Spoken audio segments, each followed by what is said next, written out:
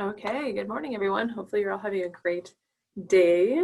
We're going to go ahead and continue our conversation about the appendicular skeletal system. And so I think on your last lecture, you were watching kind of the upper girdles. Today we're going to focus on the lower girdles as well as the lower extremity bones. And so again, trying to break up the skeleton into these 4 different lectures hopefully makes it far more manageable for you to start to memorize each of these sections. And so again, please make sure you're staying on top of these lectures as well as this material, because it's all going to come together here in a few weeks. Okay, so if you haven't done already, make sure you've answered your study guide questions for chapter 8. We'll be discussing them on Tuesday and Thursday. If you haven't attended lecture in a while, I highly recommend you do so, just because it's good to just kind of touch base with your, human form and function community. And 2, you'll also recognize that the structure has changed ever so slightly, where we are starting the class going very quickly, doing our study guides collectively as a group. And then for after that, we are able to discuss those study guide questions. And within those study guide questions discussion, I'm also kind of prompting you and asking you questions that may or may not end up on the exam. And so again, I think it's just really valuable, and I'm going to kind of continue to use that time, expand upon it, and hopefully you get another chance to approach the material in a slightly different way. Okay, so outside of that, please make sure you stay on top of your assignments. Your answer to study guide questions for chapter 8 are due again on Tuesday and Thursday. Your quiz for chapter 8 is due on Friday, and then your homework 8 for your adaptive practice chapter 9 is due the following Monday. Here are your study guide questions. Some of these overlap sort of with what we saw in the first lecture, false and true pelves, and explaining their clinical importance, and then distinguishing between false and true pelves, and then why are important clinically. We're really hitting the clinical part here. The difference between female and male pelves, and then identifying bones of the lower limb and their principal markings. So we'll talk about the femur and patella, the tibia and fibula, and then also talk about some structural bones of the foot. You'll notice here that there are some sections of the textbook that goes over developmental of the skeletal system, and if that's of interest to you, by all means read those chapters, and I'd be happy to discuss those with you. It goes over kind of the different regions of the skeleton and how they develop either through endochondral or intermembranous ossification. And so if you want to discuss that more, we can. I chose to eliminate it just because I felt like we were very much just focusing on learning the bones of the skeleton at this point in time. And lastly, describing the development of the skeletal system. We're going to omit that and probably talk about some of the homeostatic effects that the skeletal system has on the body. Okay, so the pelvic hip or girdle is made up of 2 hip bones. And they're also called coxal bones that articulate with the sacrum posteriorly. So if we remember from our discussion, I think last week when we were talking about the whole vertebral column, we think about the very bottom of that where you have your lumbar area, and then right below that you have your sacral area. Let's make it, you've got your sacrum. Let's tuck it right underneath your kind of bum area, your tailbone. And so this is going to articulate with your sacrum posteriorly, so that right there in the very base of your back. So each hip bone is actually made up of 3 individual bones, the ilium, the ischium, and the pubis. And we'll kind of look at how those are kind of arranged on the hip bone. The 2 bones articulate anteriorly at the pubic bones or the pubic symphysis. Again, we're talking about the different locations here, and there's a disc of fibrocartilage between the 2 hip bones, and we'll talk about how that fibrocartilage sometimes softens under certain circumstances. Again, if you're a very visual learner, please take advantage of these videos. I'm sure they can really kind of expand upon what I'm lecturing on here, and probably shows like a more 3-dimensional analysis of the pelvic girdle. So by all means, take the time, check it out. Okay, so the pelvic hip or girdle, as we're discussing this, again, we don't need to know every single nomenclature and description of the hip bone that's shown here. Obviously, we're going to need to be able to identify the ilium, the pubis, the ischium, and then we're going to talk about the iliac crest several different times. So I think being able to identify it on a hip bone is important. It's kind of that peak of the hip bone. So when you see individuals who are emaciated or just very thin individuals. The hip bones, their iliac crest is usually kind of what you see as a prominent feature of their lower extremity. They're just kind of, it's kind of pointing out there. You don't need to know, but I guess it's worth like just recognizing gluteal lines.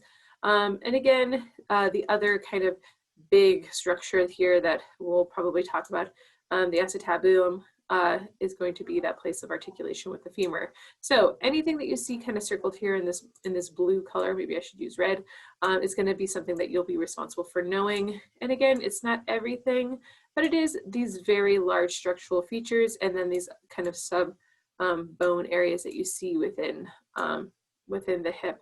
This is just your lateral view. Here is your medial view. You can just kind of see the difference in the structures as it gets kind of flipped. The iliac crest from the other side. You can't see your acetabulum from this angle. Something you can see that might be also worth of note is this arbitrary foramen. Again, that's kind of another important large structural feature that you'll notice. When we get to talking about the difference between male and female hip bones, we'll talk about things like the greater sciatic notch. Again, you don't need to be able to identify it on a hip bone, but we are just going to be kind of comparing and contrasting that particular shape between males and females when we get to that portion of the lecture. So again, don't get too overwhelmed by all of the labeling that has taken place here. It is kind of for your information. If you are just a, sponge of information about bones, and maybe you're going into PT school and you're just like, I'm going to need to know these anyway. By all means, spend your time looking these over. It's good information to have. However, again, since we're kind of hitting this at a basic knowledge level, knowing the big picture I think is important at this point. And then once you have that big picture, you can start to refine it by learning these other nomenclatures that's far more specific. But if you've got a nice foundation of all of the bones, then you can kind of start to grow from that place. And so I don't know, maybe we'll come back and revisit this closer to the final. Maybe we can start to expand on some of this. I don't know. Okay, so pelvic girdle. Okay, so the head of the femur is going to articulate with the acetabulum. So we saw that large kind of cavernous hole, and the femur is going to come right in here to form a ball and socket joint. I think I mentioned before, we're not going to be talking about joints in this particular class, but this is a great example of a ball and socket joint. There are several different types of joints, and so this is just kind of the probably best example of that ball and socket joint. That's just one type. The acetabulum is composed of all three of the bones that make up the hip bone. So that's kind of an interesting note to make. So when we look at kind of where the acetabulum is, you can see here, you can see the ilium, the ischium, and the pubis kind of all coming together right in that one location. So, I mean, it's kind of, I guess, important to recognize they're all coming together right there at that point.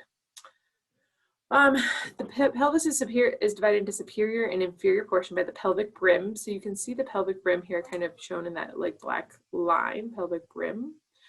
You have your hip bone up here, and you've got your pelvic brim, and then you've got your pubic symphysis. Again, this is a fibrocartilage that's located right here that softens for the hips to open during childbirth. If you're interested in my personal information, in the last lecture I talked a little bit about kind of the effects of what can occur during childbirth. You have relaxin, which is a hormone that's released, and it actually causes your hips to relax and loosen up, and so that causes a lot of shifts and changes in your hip and in your hip area. Even the articulation with the femur alters, and it can alter your gait. Makes it very kind of interesting, different feeling down there, but a sore. Here's your sacral promontory down back here again.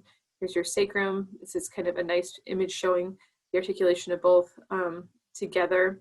And then you can see your peritoneal line, and then your pubic crest located here as well. And then we also already talked about your pubic symphysis. Okay, so let's keep going on here. So the pelvic is kind of divided into these two areas as well. So we just talked about the three bones that kind of come together, but here are kind of the way in which we can describe the different regions of the hip. And so you have a greater false pelvis that's superior, I guess, relative to the other lesser or true pelvis. And so here you can kind of see in pink and blue. Again, your false pelvis is superior. your true or your less true pelvis is inferior. And you can see here there are these lines that are shown here. It's the plane of the pelvic outlet that's going to obviously be different between males and females.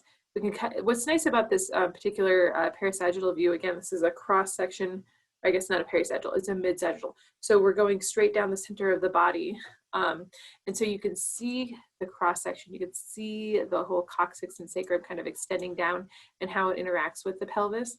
And so you can see exactly how it tucks kind of right underneath there. So during, again, not to bring it back to childbirth, but childbirth does kind of dictate a lot of the different structural features you see in the hip. So I'm not just talking about it because it's on my mind. It's actually an important feature of, or an important reason for a lot of the structural features that we see in the hip. And so during the descension, the child's head actually has to come back down through here, kind of gets tucked in, and they have to make this weird maneuver to get through the canal. It's a very interesting descension. You watch the video and you're like, I don't know if that's ever going to work or happen, but it does. So again, let's go ahead and take another look at this in a different view.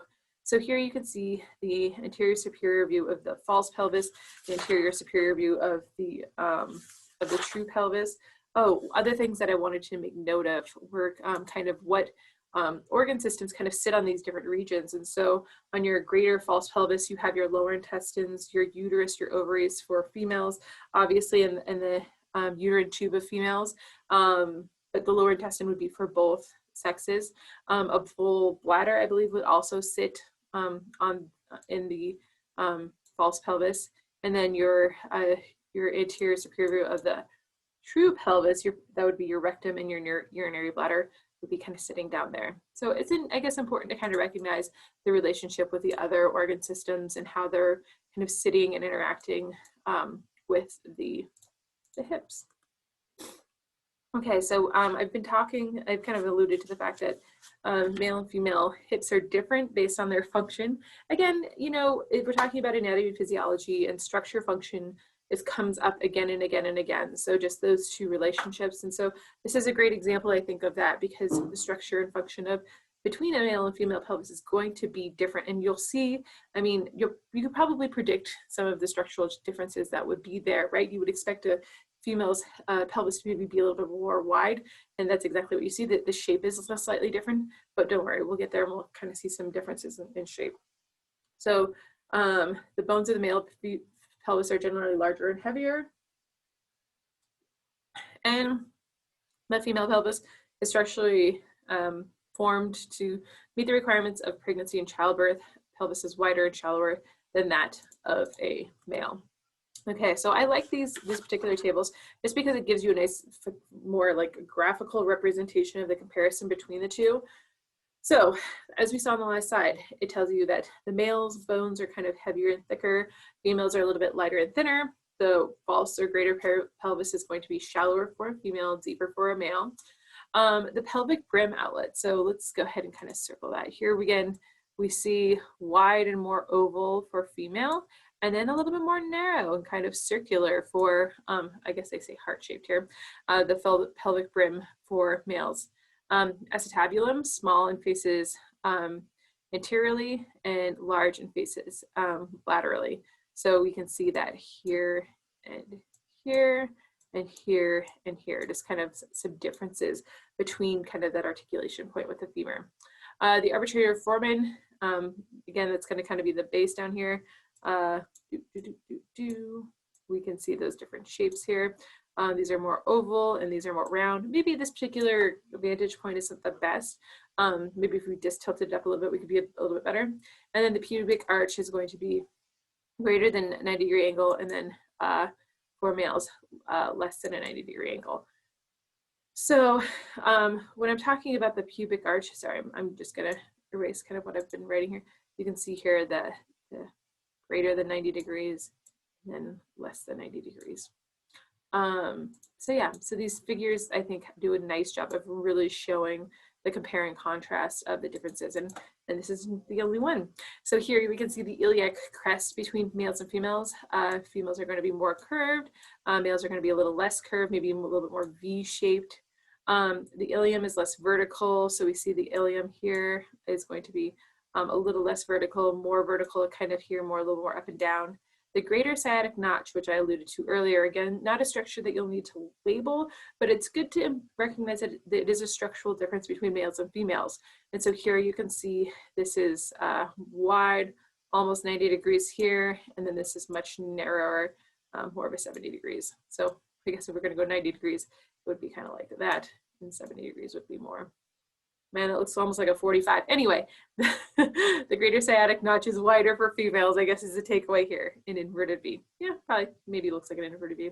And then lastly, the sacrum that you can see here is going to be shorter and wider. And then for males, it's going to be longer and narrower.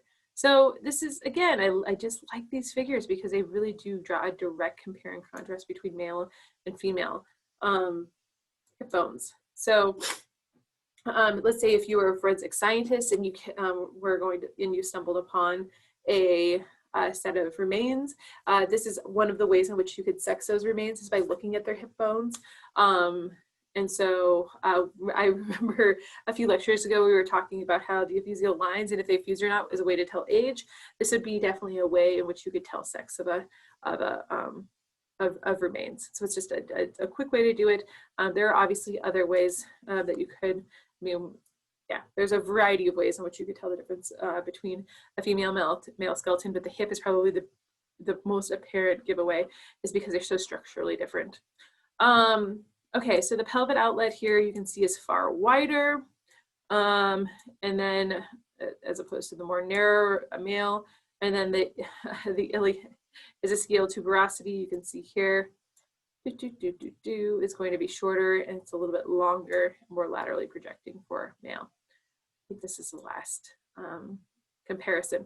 But what's nice is it's giving you all of these different views of the hips and kind of doing exactly what you'd want to do is see the structural differences between the two. So yeah, I don't know, maybe comparing male and female hips might be something that you could see on an exam. Yeah. Okay. So moving on from the hips, again, the next kind of bone as we're going down and descending inferiorly down the skeleton, it would be the femur. So the femur, as we talked about, the humerus is kind of your prototypical long bone. We've, I think, looked at the femur several different times when we were talking about bone structure.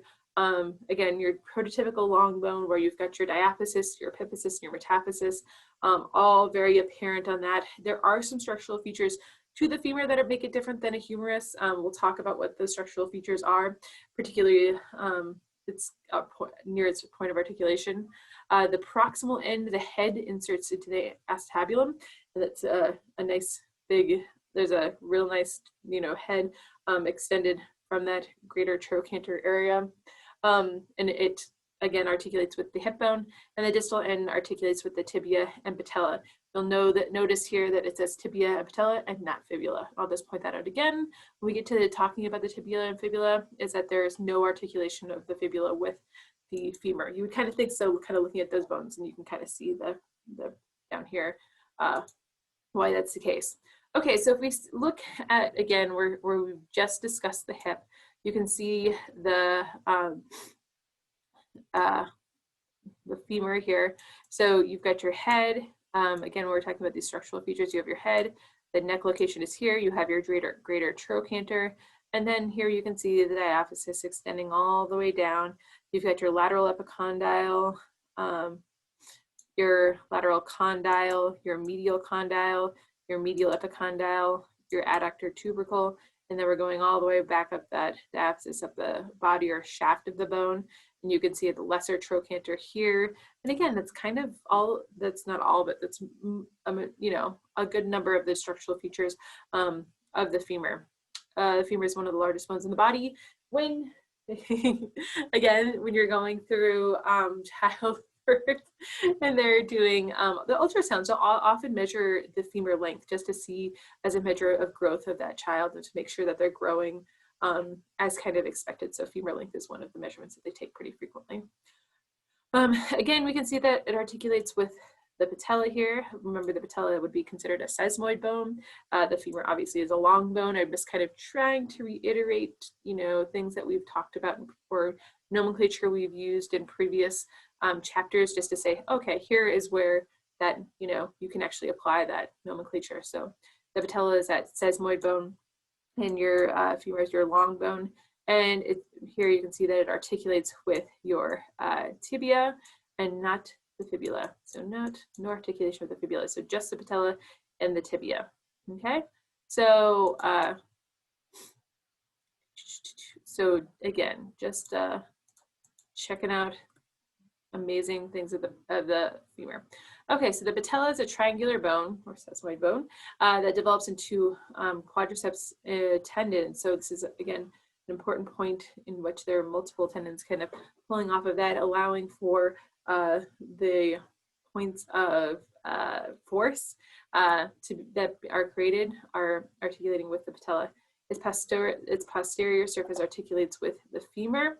So here, if we look at the patella, you have the base, the articular facet for medial femoral condyle, and then you have your apex there, kind of like at the more inferior part of the patella.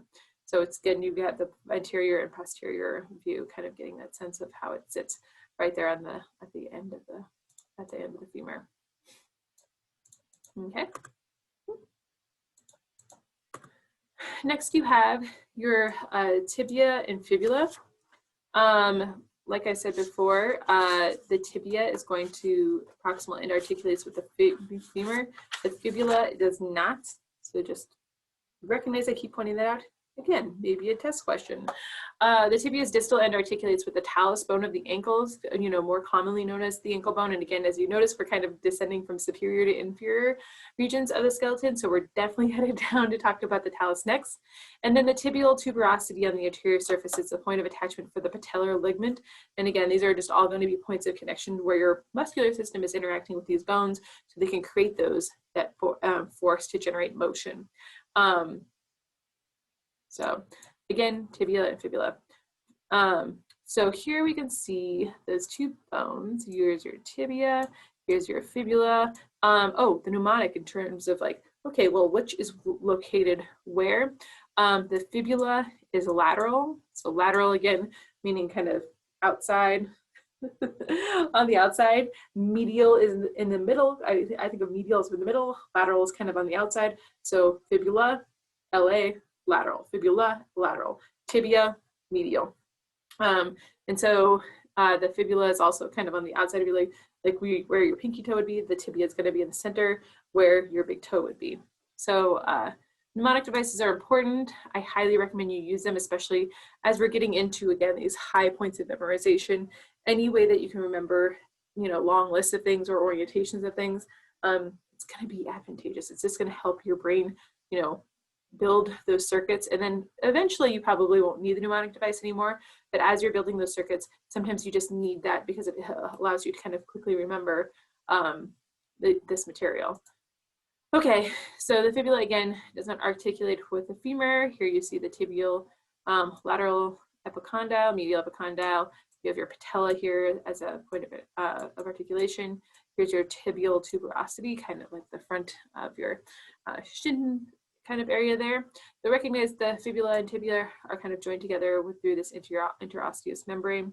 And then if we look at the point of the more inferior point of articulation here, you can see the tibia articulates with the talus, and then you have an interaction here with the fibula and the talus as well. Now you'll recognize here, we're going to kind of finish up our lecture kind of talking about our little foot down here. So yeah, fibula, tibia, recognize where they articulate is going to be important, and yeah, and also their orientations, whether they're lateral or medial. Okay, so we already talked about kind of how this is the tibia's medial. Here you can see again its articulation point with the talus. You'll see that the medial malleus is going to be that that articulation point. So that's the lateral view of the distal end of the tibia. And then you have your fibular notch as well as part of the structure of the tibia.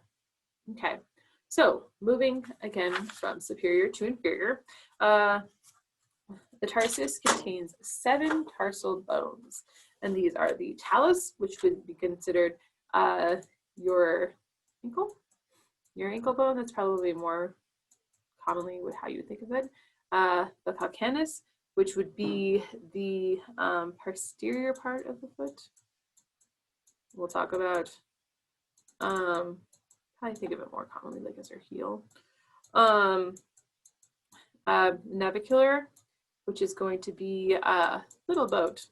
Remember we were talking about boats? We were talking about the hands, the metatarsals. And so here you have your little boat.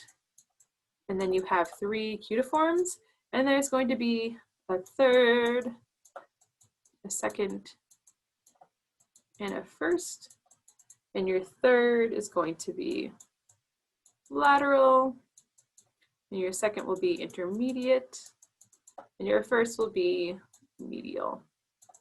And again, these are just giving you an example, orientation of, again, this is being the outside of the body and this being the end of the body, inside of the body, and this cuneiforms are going to be kind of situated as such.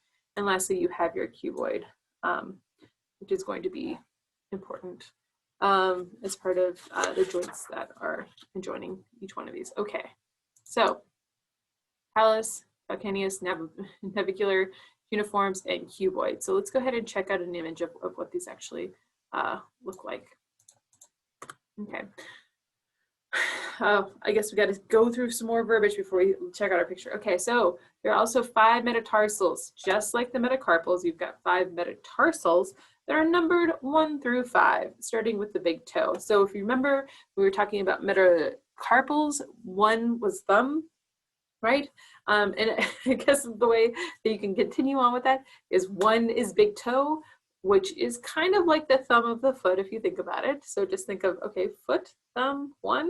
I don't know, whatever kind of helps you remember it, but 1 thumb, foot, thumb is 1, starting with the big toe. They make up the sole and the dorsal surface of the foot. So we'll talk about kind of the arches that are generated by the foot here in a little bit too. And the proximal end articulates with the 3 cuneiform bones in the cuboid. And then we'll talk about the distal ends articulating with the proximal phalanges. And again, those are just going to be, the nomenclature for them is going to be, I think, a little bit more simple. Okay, phalanges are exactly arranged like those on the hand. The big toe has the proximal and distal. The others have the proximal, middle, and distal phalanx. So proximal, middle, and distal. Distal as you go farther away of kind of like the base of the foot. So like the tips of your toes would be considered distal, and the phalanx that are closer to your ankle would be considered proximal, and then the middle would be situated between the 2. But again, pictures are probably the best way to go here. So we can start to see kind of, let's just start with how we discussed it, which was the tarsals. And so you here you can see the calcaneus. You have your cuboid here as well. And then your talus, again, which was what we consider to be our ankle bone. And then you have your cuneiform, your third, your second cuneiform, and your first cuneiform. Sorry, this is your third. This is your navicular. Okay, let's erase and try this again. Again. Okay, so here is your calcaneus. Okay, here is your cuboid here. And then we go from lateral to medial. You've got your third, second, and first cuneiforms, and then superior to that you have your navicular. Again, remember, little boat, kind of looks like a little boat there. And then here you have your talus. Okay, so it's worth, I'd say, printing this off and kind of doing what I just did, which was kind of circling them. I think it makes it a little bit more apparent. If we go through the metatarsals, again, 1 thumb, 1 the big toe is the thumb of the foot, 1, 2, 3, 4, and 5. Those are your metatarsals. And then if we look at your phalanges, proximal is always going to be closer to your, let's say, your heel or the center of your foot. So you've got your proximal and distal. And for your big toe, you only have the 2. For your following three, you've got your proximal, middle, and distal, proximal, middle, and distal, proximal, middle, and distal, and your proximal, middle, and distal. So there you go. There's your foots. Again, sometimes these mnemonic devices can be very helpful in terms of remembering the orientation of all of these bones, especially when we're talking about the hands and the feet. So the one that has been designed for the foot would be for the tarsals. Tall centers, never take shots from corners, okay? And so this is for the tarsals. So you have your talus, calcaneus, your navicular, and then your third cuneiform, your second cuneiform, and your first cuneiform, and then your cuboid, okay? So it just kind of helps you remember for the tarsals, all of the different components that are present there, okay? So if you do not like this mnemonic device, by all means come up with your own, just something that's gonna stick in your head and help you kind of remember. I guess for, if you're not using a mnemonic device, again, remembering structures, you can just start there with a navicular and just say, oh, this looks like a boat. And then I remember that the talus is the other big ankle bone. And then the kind of the other big bone is going to be the calcaneus. And then you have your cuboid kind of just off to your most lateral side. And then from there you have your your third, second, and first cuneiforms. Okay, so again, whatever makes the most sense to you. Okay, so the foot, when we're looking at the structure of the foot, it has two arches. Again, I kind of alluded to the fact that we'll be discussing the arches that are supported by ligaments and tendons. The purpose of the arch is to support the weight and kind of the force that kind of gets impacted as a person is walking and distributes the weight across the foot. The two arches are going to be the longitudinal arch, which is made up the medial and lateral portion. And so I think when we talk about arches, that's most often what people think about as kind of their arch. And then you have a transverse arch as well, kind of across the top of the foot. And so again, we'll look at a nice little structure image of this. So here you can see those arches. And so here you have your longitudinal arch of lateral longitudinal arch. And here is your medial. So this is kind of more towards the center. And again, I think when we think about the arch of our foot, we almost always are probably thinking about this medial part of a longitudinal arch because it kind of is the highest arch that we see on our foot is that inside, that medial arch. And then you have here, you can see across the top of the foot, this transverse arch that occurs as well. So when you look at the arch of your foot, it's kind of a combination of all three of these things. What's also kind of nice about this image is it does show you probably an orientation of the foot that we think of it in its more traditional sense. So here you can see the talus kind of in its full, kind of in its, I guess, more standard form of which you see it. And then here you can see the calcaneus, which again, we think of as our heel. You can see the cuboid here, the navicular, again, the little boat over here, your cuneiform. So the more lateral one would be your third, and then your second, and then your first is kind of hiding out over here. And then here are your metatarsals, and we've gone through the labeling of these. So this would be your fifth, your fourth, your third, your second, and then your first is kind of tucked over there. And then your phalanges, which again are going to go from proximal to distal. So again, just a quick review of the foot.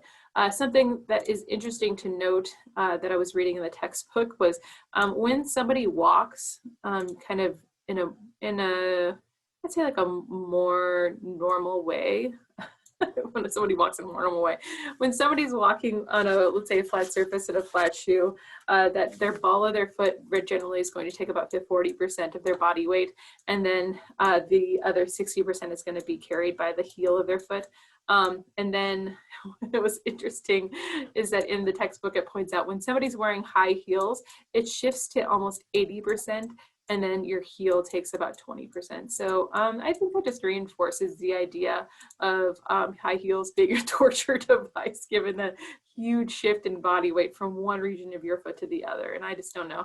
I'm guessing people who wear them regularly, the muscles in their feet just change so they can hold the position. But it's just, for those of you who've never worn high heels, not super comfy. Okay, you're like, this is not why I'm taking human form and function, but interesting to note nonetheless. And if you're going into physical therapy, we will do extensive gait analysis of how people walk. And that's going to be probably, if that's interesting to you, then you're probably choosing the right profession. But yeah, how people walk is an entire part of physical therapy, just because of alignments would be that kind of start at the foot and then extend up the rest of the body, and can really tell you a lot about what's going on with the way that their skeleton is aligned and how their muscles are interacting with their skeleton. That's outside of the scope of what we're talking about right now. Okay, so I've omitted I guess the slides here on development. If you are interested, again, if you're in the development of the skeleton, by all means, I'd be happy to discuss with you that at greater length. It's just talking about, you know, the different types of ossifications that occur in different parts of the skeleton. And then kind of the last section of this particular lecture, as with most chapters, is talking about the role of the organ system or what have you on homeostasis and then disease states of the skeletal system. But this is just stopping with homeostasis. So it plays an important role in almost every part of the system in the body, because it has such an important structural component to the body. Without this framework, the rest of the organs would just be laying in a pile of mush. So it is important for that. It's a source of calcium, as we've talked about, and calcium is an important signaling molecule for, again, most of the different organ systems that we've talked about. And so the skeleton provides us structure, it provides us nutrients, it's a source of where blood cells are formed, as well as it allows our muscles a point of leverage in order for us to allow motion and movement. And so you can think of just how unimpressive the human body would be if it wasn't able to move and interact with its environment, if it was just a pile of mushy organs just, you know, in one place that can move. Here, I guess, is a more directed way in which it's interacting with each of the organ systems. So if we talk about the integumentary system, it provides strong support for overlying muscles and skin. Muscular system provides point of attachment and allows for body movements. Again, contraction of the skeletal system requires calcium, and again, bones are an important source of calcium.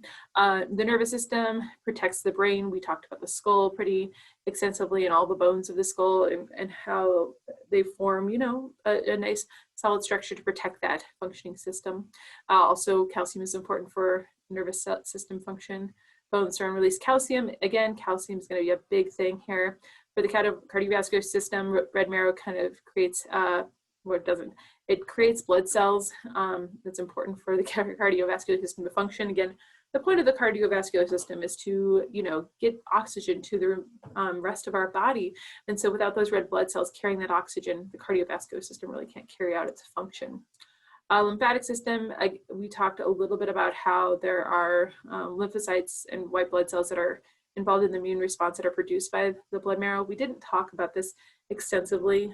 If you're interested in immunology, we can have a larger discussion about that. Respiratory system protects the lungs. Digestive system. The first way in which we even start ingesting food is by using that huge jawbone there, by macerating our food and breaking it down into smaller chunks in order for our digestive system to actually absorb it. So it's really the first point of ingestion. The urinary system, the ribs partially protect the kidneys, pelvis protect the urinary bladder and urethra, and the reproductive system. We just talked all about hips and how it's important for the reproductive system. And then bones are an important source of calcium needed for milk synthesis during lactation. Not a fun thing to go through. Okay. Usually what I do is I wrap up here by going over just to remind you what is due the following week. So I'm just going to go ahead and say it. Make sure you have your quiz for Chapter 8 finished by Friday. Make sure you have your adaptive practice for Chapter 9 finished by next Monday. And make sure you have watched this lecture and have done the study guide questions prior to coming to class on Thursday. If as you're going through this particular lecture, if you have any questions or concerns, reach out to me. I'm happy to always answer any questions you have about the material. And I hope everyone's going to have a great week. I think that's all I have for you. Have a wonderful day.